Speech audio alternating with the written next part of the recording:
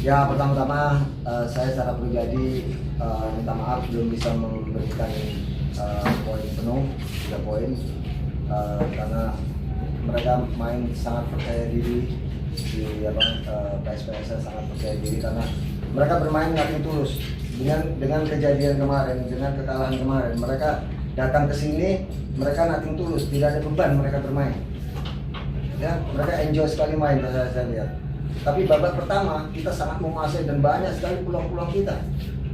Tapi karena mereka cukup rapat di belakang, sehingga kita sulit untuk menembus. Dan seharusnya juga handsball yang 2 kali yang terjadi di area penalti mereka itu juga wasit seolah-olah nggak tahu. Ya. Tapi ya sudah, yang penting pertama saya minta maaf. Belum bisa memberikan yang terbaik 3 poin, tapi paling tidak kita tidak kalah. Ya. Jangan lupa subscribe channel YouTube Vlog Jurnalis Kutaraja, catatan seorang jurnalis.